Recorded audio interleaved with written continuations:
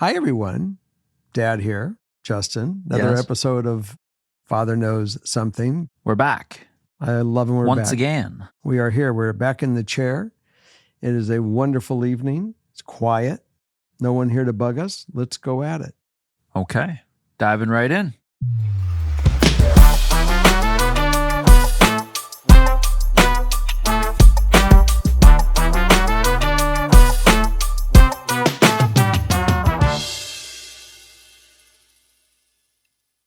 Number one. Hello, FKS crew. Hello. First off, thank you so much for both podcasts and bringing me joy every week.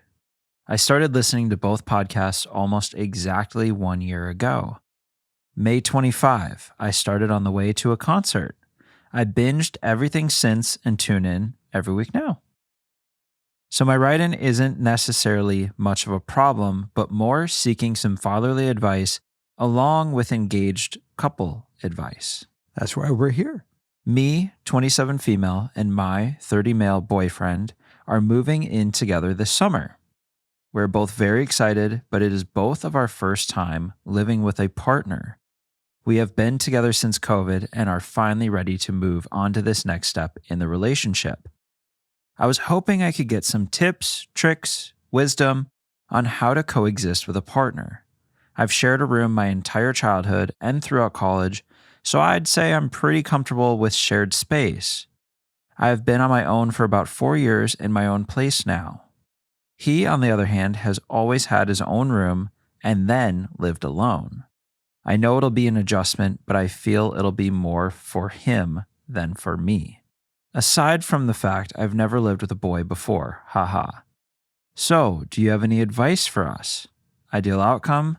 Moving in goes smoothly and we figure out our vibes together smoothly. I would definitely say it is really important that you guys identify in the space from the very beginning what you really need and for space. Yeah. And that you guys can coordinate what is going to be your space, his space. Make sure that you guys just on the framework of it. Could be as simple as making sure you have the right toothbrush holder at your sink. There's little nuances that is really important that you guys take some time, go to IKEA, go to whatever the stores are in your area and find the things that are going to make your life flow easy. And do it from the beginning. Definitely walk in there. If you see that there's drawers that aren't the way, empty them. Get everything dialed in before you get there. So when you do get there, it goes easy. I know that I've been fortunate enough to have a few times where I have lived with mates. And I know that if I were to consider it, that I would want to make sure that everything is absolutely as smooth as can be, because you are still going to find there are things that are just not going to flow well that you're going to have to do. It could be as simple as dishes. New sets of dishes. There are certain things that people just wanted to make it each other. It's now not his home. It's not your home. It's now our home. And that's really the important thing to get across. And I've also would suggest, no matter how small something could be, discuss it. And that way you can discharge it and it won't become an infection like a sliver of, under the skin where it's not a big deal now, but all of a sudden there's a bigger deal and they can't talk about the bigger deal. So the little thing, it becomes more apparent. Remember, you're just not a boyfriend, girlfriend anymore. You're really living partners. And it's the next chapter. It's better. It's wonderful. But you guys have to really work hard to keep the place clean. You got to really work hard to make sure that the bed is made. If it gets a little out of hand, it's going to get way out of hand. So that's my suggestion. Yeah, you just got to be on the same page. I didn't think much about living together before just doing it with Morgan.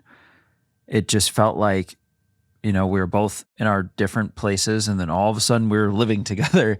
There wasn't this big ramp up. We found our place and then we moved in, but it just felt fun. I don't know. It just kind of felt like wow, we're actually doing this. Now we're living together. And it just has been fun kind of ever since. You guys are a couple that do work together on every aspect of what goes on in that home. You guys are out in the backyard building things. You're doing things.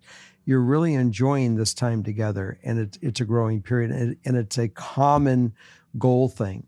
Yeah. Some people are not fortunate enough to get that, and they need to. It's really important not to make it just your responsibility. It's not just a place where you guys can come hang your hat and he can come home and he can go get on the video games and hang out. It's really building this thing together and being a part of each other's and all these little things. Yeah. That's what makes it your home. Yeah. I think it's, being on the same page is great. Mm-hmm. And that will help. Having similar taste also really helps, but I don't think it's necessary. You can compromise. There's a lot of compromise in the same way that you do with roommates. I mean, you are elevated roommates. You still have to abide by those roommate guidelines, boundaries, where you're going to have some things you like. He may have some things he likes. It's also important to not just with physical things, but with your own time. It's important to spend your own time. You can be physically in the same place, but you don't always have to be doing the same thing. That's correct. You can be watching a show, he's playing video games. You have two separate setups. Or you can be working and he can be also working, but you don't always have to do everything together. So it's a balance. It's all a good balance. And when you're especially doing things in the same room and you're doing them separately, sometimes you have to be respectful, knowing that they might need to hear something, and you guys get headsets. Yeah. And so there's things that you can do to be considerate, and that's really important. And you're definitely going to have to allow yourself to grow, especially if you have different tastes in things. Doesn't mean that yours is bad or his is bad. It just means you guys may find yourself finding a commonality and going to meet in the middle to answer both of your needs. It's going to be fun. Yeah. Well, what's that thing we've always said? You need to travel together, Decorate together, Mm-hmm. and then you could probably live together. That's right. So it's funny here, our additional info. We have traveled plenty of times. I know it's definitely different than living together, but we have gotten the traveling thing down. I don't know if this is necessary, but I have 2 dogs who will be moving with us, but I will do most of their care. And they say hello. So I guess the dogs listen to us too. Of course. Well, we have doggy stars. So That's true. That's true. They're big fans. But it's a good sign you can travel well together. And you'll be fine decorating too. Yeah. It's also, a part of it is just not overthinking it. Yes, it's a big deal, but at the same time, it's just fun. Like, I always think about like, wow, I still feel like a kid kind of just going through life. And now I'm moving in with someone and there's big, giant horses in the back we take care of. And there's projects. I mean, now my weekends, They're full dad mode. They're full. I now did my full tool wall. Mm-hmm. I've definitely entered my dad mode and I'm old. And it's great. I don't know. I'm so excited for you because I've just had such a good time doing it. I'm more than a year in now, and it's great. Keep us apprised. Let us know. Yeah. Okay. We're going to move on to number 2. Number 2. You got a number 2 over there in your pants? No, I don't. You got a number 2? No. Okay. That is really sick. I just couldn't tell. I didn't know if it was coming through the vent or what, but okay. Number 2. Jesus. Hi, FKS fam. I love listening to THT and FKS while I work from home every day because it makes me feel less alone. Here's my issue. My, female 29, ex-boyfriend, male 33, and I have been broken up for 6 months, but he still has a lot of stuff at my house. While we were together, he stored his furniture in my basement since he didn't need it where he was living. In addition to the furniture, he left a lot of clothes here too. A couple months after our breakup, I asked when he wanted to come get his stuff, but he said he wouldn't because it's too hard emotionally. To clarify his emotional state, he had been dealing with substance abuse, which led to our breakup and landed him in rehab this past winter. Now, we haven't talked since he went to rehab, and I don't know how or if I should bring up his stuff being at my house. My therapist says it's a good thing that he hasn't reached out to me, as it shows he is growing less dependent on my presence, a big issue during and after our relationship, so I don't know if reaching out to him would be emotionally healthy. The stuff is not in my way, but I truly believe physical things hold energy and feel that removing it might bring me more peace in my home. Any advice you can provide is much appreciated. Ideal outcome is to have his stuff removed from my house without ruining the progress he has made mentally. Well, this is, you said something that it will give you a lot more freedom of him and less anxiety if it was gone. And for that one reason, I think you can send him a note by a certified mail. So he signs for it that he got it. And you can let him know that he's got, you can say 2 weeks, you can say 4 weeks, leave the date. Anything that is here that is yours after this date, please coordinate with me. So for your removal, and the stuff will be gone. If it's not gone by this date, it's going to be hauled away. You're going to call 1-800-JUNK and it's gone.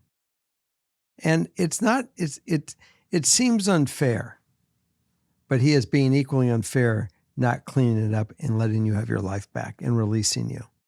And I get that. I've seen, I'm 67, so I've been around the block a few times. You got to have freedom.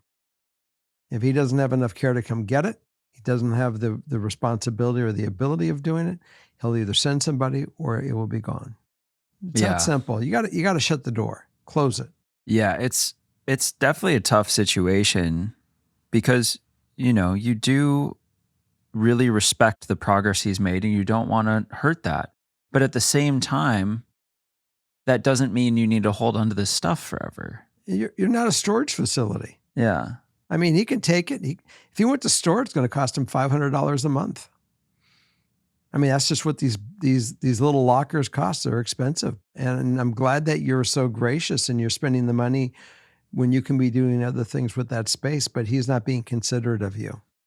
Yeah, which in my head, I'm going back and forth because naturally you want to be delicate about it, but also maybe being delicate isn't the best. And what you said, being more straightforward and direct about, hey, it's here until then, and then it's going to be gone. It's gone. That might make sense because it might need to just be that direct. Mm-hmm. Instead of if you're more delicate and say, hey, just want to remind you your stuff's here, you're probably going to get the same answer. It'll be worse answer. It's like pulling a Band-Aid off, slowly by letting it just pull that hair or just rip it.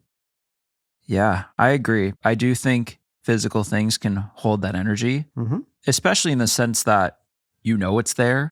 And anytime, it's not in your way, but anytime you bring something down of your stuff that you need to kind of put away for a little, you're seeing it. And then you're re-engaging with those memories and everything that's associated with it. And what happens if you have a pipe that breaks in your basement and all the stuff gets destroyed? And then all of a sudden, it's your fault because your pipe broke and he's mad. No. Well, the bottom line is it shouldn't be there. Yeah, I agree. It needs to be gone. That might just be nature taking its course. I don't know. It needs to be gone. 2 weeks or 4 weeks, you make the decision. It's not, are you going to make the call or write the letter and say you have this much time? It's the decision. You want to give them 2 weeks? You want to give them 4 weeks? There you go. And it doesn't go past 4 weeks. It's not, no way. Okay. Here we go. Number 3. Number 3. Yes, sir. All right. Number 3. Hello, I'm a 21-year-old college student living in an apartment with my 3 closest friends. Over the last few months, my one roommate has completely stopped picking up after herself. She leaves dirty dishes in the sink, doesn't clean off any surfaces she leaves crumbs on. She is overall a huge mess. Myself and my two other roommates have all talked to her about her habit of being dirty, and she hasn't changed at all. Recently, she got a new boyfriend who says that we are the ones who never clean up after ourselves and we are messy, but we think she is just telling him lies because that's what it is. But most recently, she has completely stopped flushing the toilet. Well, it gets worse and worse. Pretty much, you can't go into the bathroom after her without the toilet being not flushed. We have all tried to talk to her about it in a nice way without being rude, but it just isn't getting through to her. I don't want to be at war with her because we signed a lease for the next school year already. Ideal outcome, I just want to know what else I could do to get her to clean up after herself without taking extreme measures. It's almost like when you have a homeowners association, but a mini one. You guys are all part of a small company of four. There's four of them total. And I think that you can say, we are all going to pay so much money. We need to do something to keep this place clean. Like a roommate contract. Yeah. And we're going to ask for $25 a week to go into this between the four. It's $100 a week, $400 a month to bring someone in to help clean the house. That every Friday, the house is clean. And she'll say, well, I can't afford that. I'm a student. Well, we can't keep it clean by ourselves. It's not working. So maybe it's Survivor. We vote you off the island. There's got to be a way. There's expectation and there's accountability. Everything in life, we have expectation and accountability. We have an expectation you're going to honor the traffic laws. If you don't, you're going to get a ticket. And if you keep going on, you're going to lose your license. Yeah. If you don't go to class, don't pass the test, they're going to fail you out of school. There is an expectation and accountability in everything in life. So I think that if you guys can calmly just sit down and say, we're having a roommate meeting.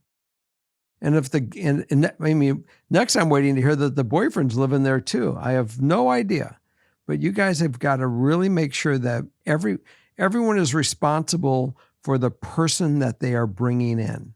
And there's no extended stays. And themselves. And there's no extended stays for boyfriends because it's hard enough to live with a small apartment with four people. And then all of a sudden you're going to bring in five. It's a slippery slope. Yeah, that's right. So you guys got to really define, because next thing you know, if one guy shows up, next thing you know is you're opening the door that there'll be 8 people living there, because what makes it right for these two to have their boyfriends, stay every night, and the rest of them have no room. So I have no idea what you guys have set out in the beginning, but you got to identify it now, especially before you go on to the next year. And what do you do if she doesn't change? You're going to have to vote her off the island. You're going to have a discussion and say it's just not working out. College is tough with the roommates. It is as close as friends as they are. That almost makes it harder. I dealt with just some very incompetent people who were terribly messy. Well, and just like nothing worked. And so I got to the point where I just picked up one day and left because I'm the only one doing a goddamn thing. Mm-hmm. You all can leave. If she won't get her back, that say go get 3 new roommates. We're out of here, and you 3 go find a new place. You're at the end of the year now. You can do that. Yeah. This is the time to make the move right now. Do you think she could be going through some sort of depression or something? Because why the sudden change? She, over the last few months, my one roommate has completely stopped picking up after herself. If she's in depression, is it our problem to work it out for her? I understand, but I'm just trying to have some sympathy and how you can start to I got that. Help this from the outside. Maybe there isn't. My thing is that you guys have to have expectation and accountability. If she is having it, you guys can all buy into the drama if that's what you want to do. And I understand that your roommates and your sisters and your friends, but I have found that when Morgan even had her roommates, not all of them were sisters. It was problematic, and she was dealing. At one time, I think she either had 6 or 8 girls in that room in her first freshman year. It was crazy. Oh, because she had the overflow. So she was in a giant. She was in this giant disaster zone. Yeah. No thanks. And some of the girls were great. And then she went to the apartment, and she still had some roommates that were real pistols. I think that is more the norm in college than not. Well, I think it's if you have good roommates in college who are clean and type A, man, you're the lucky don't one. take them for granted. Now, the last thing here, additional info. We used to be good friends, but I don't talk to her that much anymore because I am just cleaning up after her every day, and it's exhausting.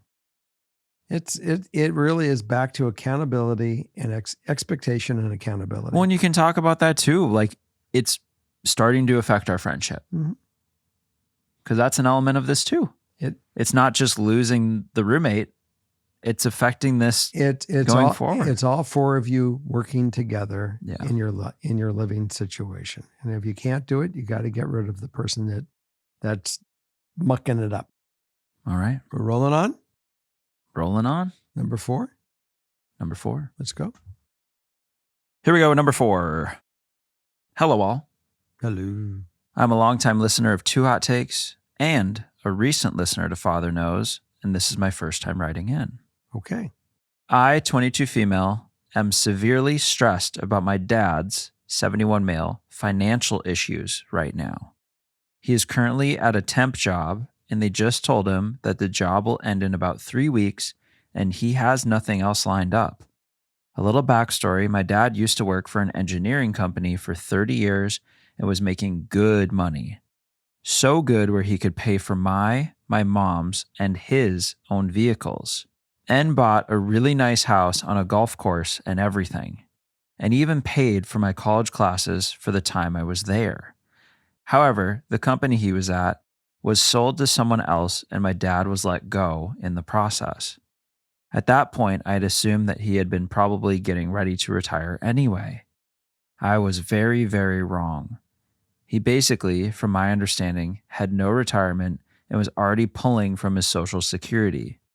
He ended up going to work 2 retail jobs just to be able to keep up with the bills while he looked for a more stable income. He eventually found this job that pays decently, but has always been a temporary job. Right before he got this job, me and my boyfriend ended up buying a house together and moving. It's definitely not a big house, but the perfect size for us. Now back to my dad, they just told him that his job will end in 3 weeks. He's already working this job and part-time somewhere on the weekends, so I have no idea what he's going to do after his full-time job is gone. I love my dad so much, and he has done so much for me. I have helped where I can with money, but I barely get by as it is. I feel like I've said and given as much advice as I can, but I feel so helpless while I watch my dad struggle every day with bills. Any advice or reassurance would mean a lot. Ideal outcome would be for my dad to eventually retire or even find a comfortable job that pays better, or for me to stop stressing about it so much and worrying about him every day. Parents and offspring all worry about each other. That's just reality. You know, I know that when I was young, I had made some decisions in my business career that made me very well off to do whatever I wanted to do. And then later on, I made some decisions that didn't do the same thing, kind of went backwards. Yeah. And I pretty much, realized that my retirement went to paying for my 150 employees and their lifestyle. And when I finally closed up the business, I realized very clearly that I'm going to work the rest of my life. And that's what I do. And my retirement was those 150 workers. Sad, but that's the way life rolled. Yeah. And all you can do is the best you can do. And your father is not looking for you to support him. He's got a lot. We're dads. We have pride. We figured it out. We've worked it out. We've created. He still has his engineering ability. He may find something else, another gig that will kick in there where he can utilize the mind that he has, and it will help him himself with his own self-worthiness. Yeah. that he does it. So I would just not worry about it. Let's see what he pulls off. He'll figure it out. He did it all his life. He raised kids. He knows the game. That's true. That's true. So let's let him see what he does. Yeah. I mean, if something happens where he says, I'm ill, I can't work, I can't do this, we have to figure something out, and we got to find some programs, hey, that's a different story. But he sounds like he's still very vital. He's only a couple years older than me, and I'm still climbing up on ladders and still drilling holes. You're doing a lot of stuff. Pulling wires, designing on the computer, doing engineering, going to vendors, buying product, still marketing my product. I mean, I'm still calling Australia to get to find a guy that's gone AWOL. I mean, we know the game. Have faith in him. Don't worry about it. You worry about you, let him worry about him until he says, I can't do it. I need your help. And then that's a different story. Yeah. Because you just, you hope that he gets done with this gig, finds the next gig, and keeps on keeping on. Like I said, we've all been in the game. We know what it is. Yeah, but it's hard. It's hard from the kid's perspective. I get it. Because, you do feel indebted to your parents. Because as you get older, you realize what it takes to raise a kid. And it's not easy. It's a huge pain, but it's also like the most beautiful thing. It is. I had a great time. I mean, Morgan and Taylor, man, they were full-time on. I had a business. I had employees. I had to get to work at 5:30 in the morning to deal with them to be able to be done by 4 o'clock. And then as I'm walking out the door at 4 o'clock, problems would hold me back to 5 o'clock. I had to pick Morgan up, to go take her to gymnastics or whatever. It was a full-blown, a lot of juggling, but we do it. Right. And that's just the part of life, and that's what makes our life full. Yeah. So you think he'll be all right? Absolutely. Just leave him alone. Let him see. He'll be fine. He'll figure it out. I mean, he's 71. He's still young. I mean, you may think he's old and he's decrepit. Look, we're sore. Our knees hurt, our joints when we don't move. But basically, the more you make us move and the more we have responsibility, the better that our life is and the more full our life is. So leave him alone. Okay. Let's go on to the next one. Rolling down. Number 5. All right. Number 5. Hi, FKS fam. About a year and a half ago, I moved to a new country for work and became a first-time manager managing employees. One employee is great, but the other one has extreme performance issues and lacks accountability for their work.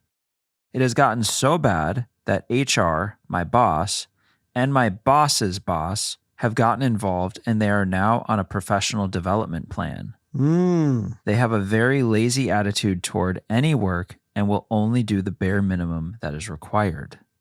I've been trying to work with them on taking ownership of their projects and being proactive in their work, but today in our weekly catch-up, they said, quote, I don't want to take ownership for projects that aren't mine, and I'll do what you ask me, but don't ask me to be excited about it. I've even tried suggesting they be the lead on certain projects so that they can be truly passionate from start to finish, but in this case, months go by and they don't do any work on the projects.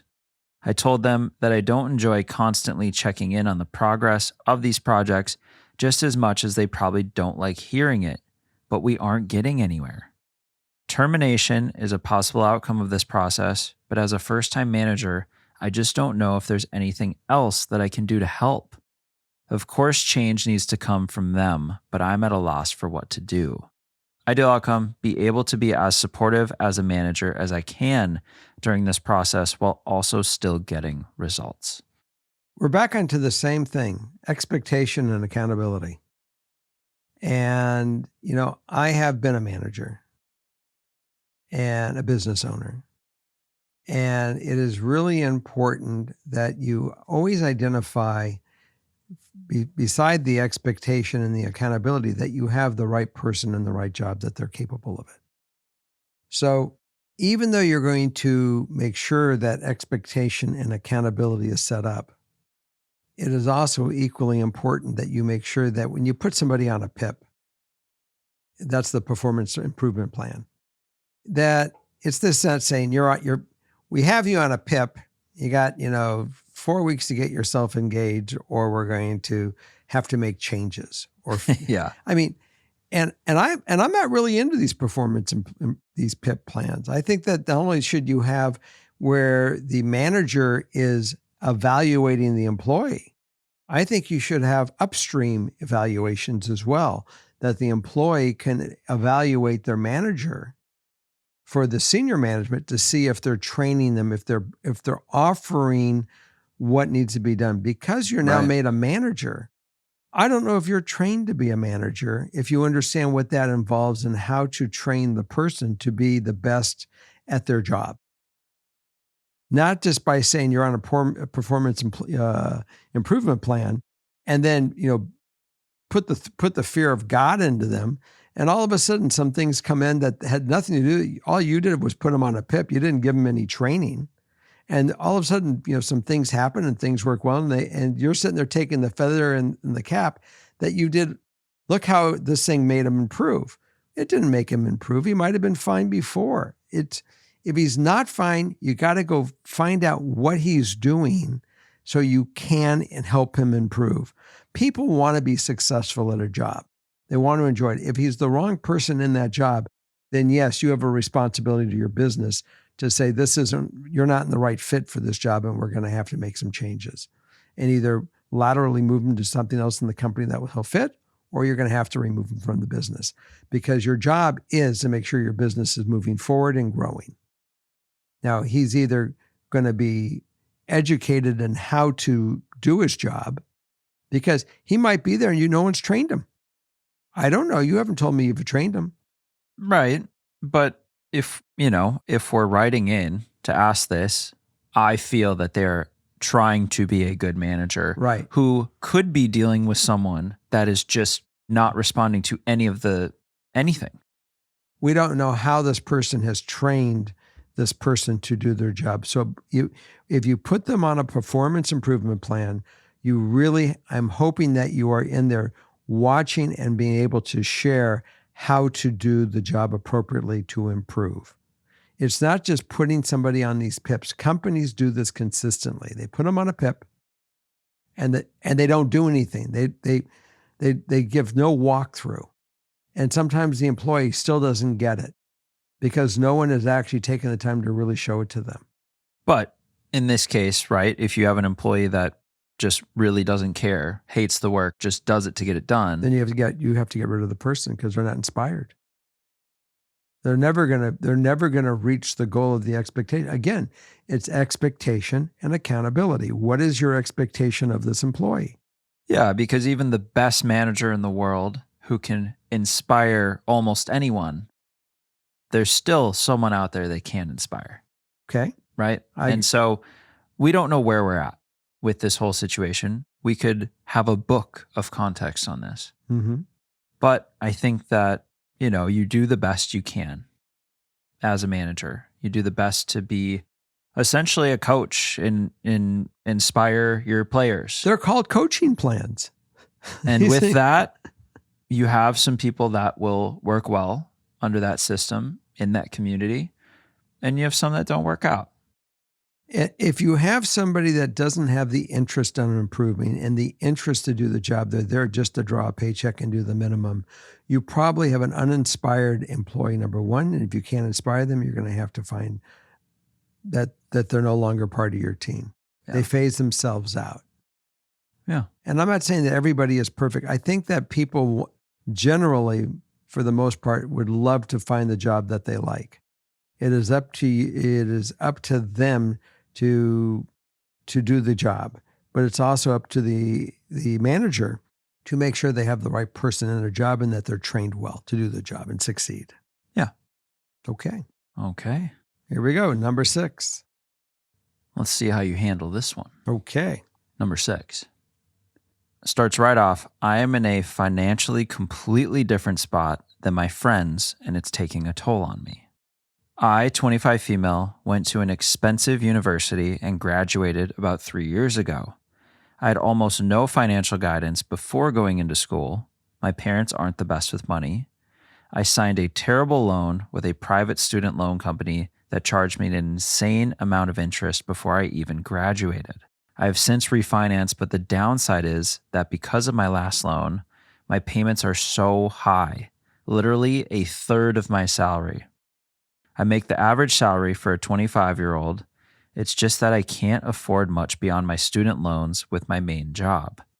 I have a second job that I use for my extra spending money. The issue is, all my friends want to do is go to bars or eat out at restaurants around the city. I always tag along and order a side dish or faked drinking with them by getting plain soda water at the bar and passing it off as a vodka soda. I feel bad about fake drinking or pretending I'm not hungry, but they will make comments about how I'm being boring or that I need to eat if I skip food entirely. I am really, really embarrassed about my financials and the debt I've put myself into. I haven't told anyone about my student loans. My second job helps me a little bit, but not much. I'm embarrassed to tell my friends that I shouldn't even be going out at all. I've been trying to pinch pennies and make it work, but I just can't keep spending $10 to $15 1 to 2 times a week because it is adding up. Not to mention that I view it as a waste of money to be constantly going out to eat and buying drinks when I really need to be focusing on paying off my loans first and foremost. My friends will hang out with me maybe once a month if it's not at a bar or restaurant, since it is their biggest interest. I feel like my options are either distance myself from my friends or admit that I barely make enough to support myself. I don't want my friends to pity me or feel bad for me. I don't know how I'm going to tell them that I can't spend money on the same stuff as them. They either didn't go to college or had their parents pay their tuition, so I feel like they don't fully understand how restrictive student loans are.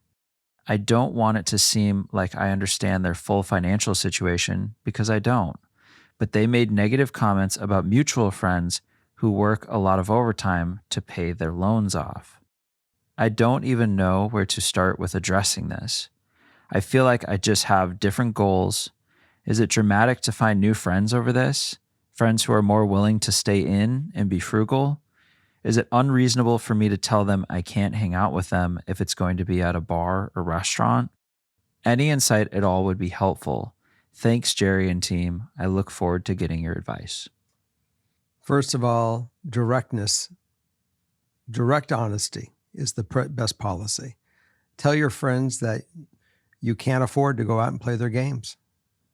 I'd love to, but I do have student loans. I have responsibility. I've got to think about the future, and I have no one else providing for me, and I can't afford to do it. I'd love to. I have a friend that was very much like this, all self-educated, as far as paying for college, everything that this person did was on their own, and hung out with people that had a lot of money. Yeah. And this person was actually kind of, before I got to know the person better, was sometimes, talk behind their back, on how cheap the individual might be. And I would look at it and I had clarity when I saw this. I go, this person is being unfairly judged. This is not, being over frugal, which is nothing wrong with that. Mm-hmm. It's actually being, responsible. And the other people had no clue because they were a lot of their money was given to them through inheritance or whatever, so forth. And it was really, really, really shitty. Yeah. And I didn't like it. Not that I didn't like the person they were making fun of. I didn't like the behavior that these people were doing. Right. So it was very frustrating to see how these people treated this individual. And it made me have effectively, I even got bitter to some of the conversationalists on this thing. You got to definitely be very honest with them and say, it's not that I'm being cheap, not that I don't want to go. I can't afford it. I have loans. I have a job that doesn't pay me enough to do this. And I just hope you guys will just get off my back and realize I'd like to do it, but I can't right now. Yeah. And it's that simple.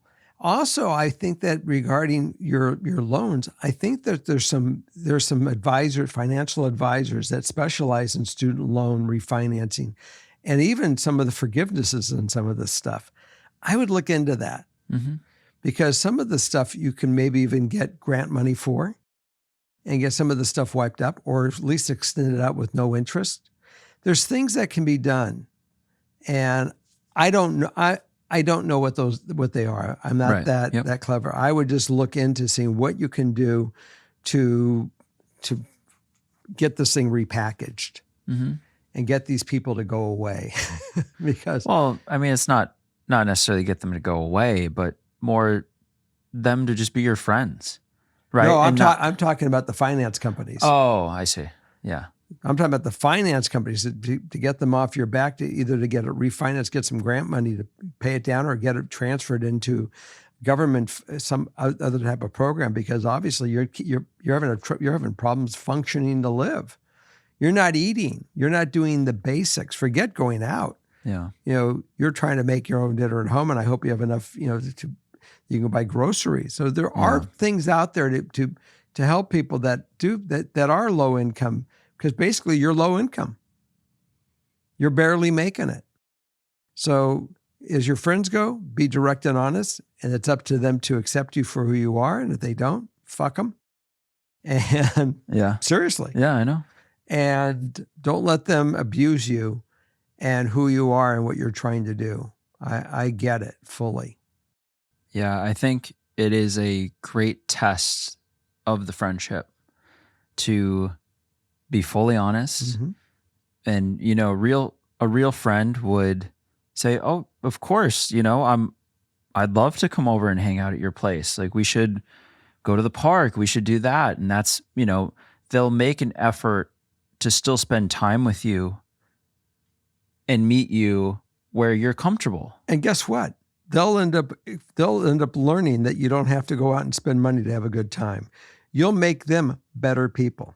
I mean, but hey, if you want to go out, spend money and do that. It's nothing wrong with that. I get it. But if that's the only thing that they understand, it's to also go to the side where you can entertain each other without getting drunk and without doing all this stuff. It's okay too. There's other ways to have fun. Yeah. I just really hope you're not met with, oh, okay, well, we're going to keep doing our thing and like you can go stay at home. Then they weren't your friend. Right. That's all. You're going to learn real quick. Yeah. Find someone you can cook at home with and stay in watching your favorite shows. Absolutely. Yeah. I really hope it works out for you. And I hope there's some kind of solution out there that maybe you can find. Honesty. I think if your friends are really friends, we're going to find out very quickly. They're going to work with you. They're going to figure it out. They're going to try to encourage you. But you can't hide behind a mask. You must be totally transparent to what you're really going through. Yeah. And that's what friends do. They're honest. Yeah. One, I would just keep your head down and stay in the game, because exiting college with that much debt and having to be this on top of every dollar you have, it's not fun, but it's also not going to be forever. Stay motivated, stay on it, get that next level job, then keep climbing, knock out this debt, and just get to that point where your friends are all going to be like, oh, what do? We can't go out. And you're going to be like, going to the nicest place on the block. Okay. The tables will turn. They do. Okay. Do. Builds character. They can build some character too. Yeah. Number 7. Let's roll. I've got a really good one for you. Okay. He's got a good one for us, guys. Grand finale. Number 7.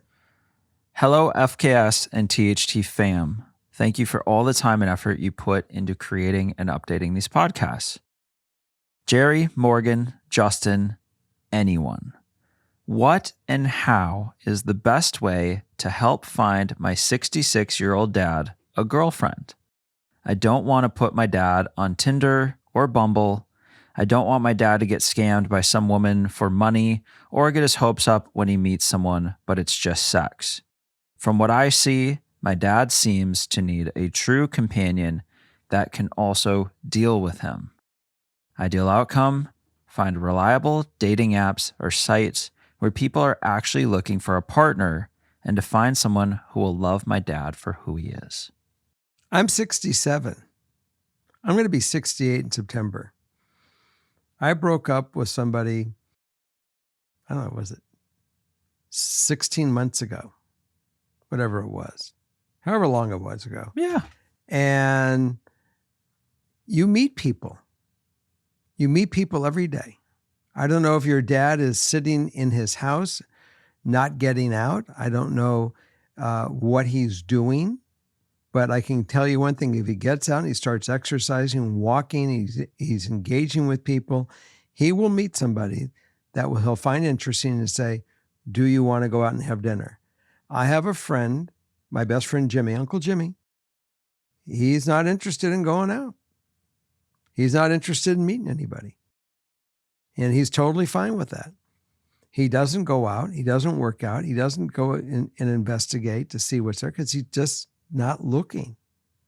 So if your dad is looking, he has an interest, there are social things out there he can go do. He's younger than me. I was going to start going to dance class, knowing I'd meet someone there. Yeah. And then I met someone I like hanging with, and I said, come to dance class with me. All you have to do is open the door that this is what you want. And if you want it, you'll make it so.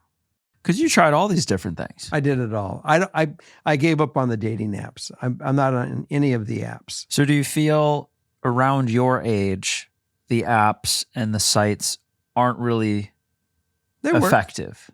No, I mean, no, they were. I mean, I met a lot of people going through the dating sites, but I also realized that I was going to just go at it by just meeting people and finding people of interest that I wanted to spend time with, or go to a thing I'd like to go do. Right. And I would meet somebody with the same interest at that location because they're interested in that. Well, and at least then you know one of your main interests would be aligned. Right. You know, if you like running, go join the local run club. Go run with the run club. You meet a bunch of friends, A, which is never bad. And B, you can meet someone that way. Or apply that to whatever the passion may be. I will guarantee you there are more people out there that are available in his age group than he would ever believe, because there are divorcees, there's widows, there's widowers, there's all the above. Yeah. And they're out there and they're lonely. And they're probably not necessarily online. And they're not online, not necessarily. Yeah. I mean, you can find them, friends, networking. You know, I mean, the person that I'm hanging out with now is networking. Yeah. I mean, it just worked that way. Well, I think at any age, honestly, it's probably great to get out and about. And, you know, you hear the cliche, oh, we met at a bar or we met going out, which definitely happens. But, you know, the more we've talked about it over the course of this show, it does really make sense. And a lot of people meet people at work because you spend so much of your time at work. You do. But really, it makes more and more sense to just go out and do the things you love to do in a social way. Yeah, you can go run by yourself. I don't know why running's in my mind, but you can go run by yourself every day if you want. But you can also 67, It's 66 years old. It's tough to go running every day. Use it as a metaphor, okay? You can go run by yourself. Yep. Or you can go join a run club and run with a group of people you don't know. What's the worst that can happen? You find out you hate running in groups. Fine. Choose your next passion and try that one. But doing what you love with other people that are doing what they love, but it's the same thing, can't hurt. It's a great foundation to start from. You know, these apps, it's such a cold, even though I met Morgan on the apps, it's a cold intro. It's not, you're not instantly bonding over a shared experience. You're talking to someone who could be real, could be fake, you know, who knows how they're portraying themselves versus it's a wild card. I fell in love a couple times online. There's no doubt. You know, some of them worked out, some didn't. None of them worked out. actually, but In the long run, yeah. in the long run, because I didn't marry them, Right. but I had relationships with them. Yeah. And, and you grew. I grew from them. I learned things that the person that I'm with right now, I am sure I'm a far better person because of those experiences than I was then. That's right. And because of those experiences. But you have to put yourself in the situation, that you're attracted, you find someone that you're attracted to. And if you go at it with not the intention of trying to press it, and you just get to know each other as friends, you might be able to find someone that you are attracted to. Yeah. I work in synagogues. I work in all these different stuff. I meet people all over the place. On the podcast, we were going on national tour. I was meeting people on tour. You meet people in the grocery line. I go online. See somebody in a line. I've never not been open to meeting people. Yeah. And not saying I'm meeting them because I want to sleep with you. I'm meeting you to see if I even want to talk to you. Right. And that's probably where you got to really probably let your dad understand. Meet people to talk to. Yeah. To go walking with, to go play, chess or whatever other games are out there, or a group of people that like things. People that like to watch TV shows. We do a movie night on Friday nights or Sunday evenings. Or a book club. I mean, it's endless, right? It's endless. Yeah, I think you're an expert at it. Because guys, anytime I go anywhere with Jerry, he meets someone somehow. It could be running in to the hardware store for one quick tool, and then Jerry's got a new friend. I mean, you are so good at it that it makes me want to be better at it. And I think it's just a good thing for everyone. A good note to end this episode on is whether you're single looking for a partner, whether you're just a person looking for friends, or you just simply want to interact with people, because I think we're so sheltered these days, especially post-COVID. Mm-hmm. It feels so hard, but after watching you do it for so long, just sparking a conversation over the most random thing in the most random place with the most random person, you never know. I go to the airport. I meet a guy who likes to fly. He's trying to get time. We're BSing. He's volunteering to go, work behind the desk at this FBO because he just wants to hang with people that are flying. He's new to town. Yeah. We become friends. After talking a while, I go, my God, the guy's brilliant as a code writer. He now helps me and it works with me on writing code. And then the next thing I know, he's into Catan. I'm trying to get you guys hooked up with him and his girlfriend. So it's not just about meeting someone to go out with them. It's meeting someone to engage your lives to be better and more fulfilled, because you meet people that are wonderful people. Yeah. That's the focus. Yeah. The rest is a bonus. When you find that person that you're hanging out with and all of a sudden you go, I kind of like you. The last person that I've been kind of hanging with, we've been hanging out. I've known for years. And I finally said, number of months ago. And I woke up one morning and said, this is a person I really want to spend some time with. Yeah. I mean, because you're open to interacting with more people and just being out there more, it increases your chance of finding that someone if you're looking for that someone. There's no downside. None. So tell your dad just to keep an open mind, be conversational with everybody, and make friends. Yeah. He's certainly an expert. He's 66 years old. He's been around for a while. He knows how to meet people. Have faith in him. Just got to get him back out there. Kick him out the door and lock the door. Say, I'll be back at 9:00 to let you go to sleep. See what you come up with, Dad. There you go. Go meet friends. Yeah. On that note, thanks for joining us. We had a great time, and we'll see you next week. Catch you next time. Or the backyard. And the backyard. And we'll see you at Patreon tiers 1, 2, and 3. Okay. Good night.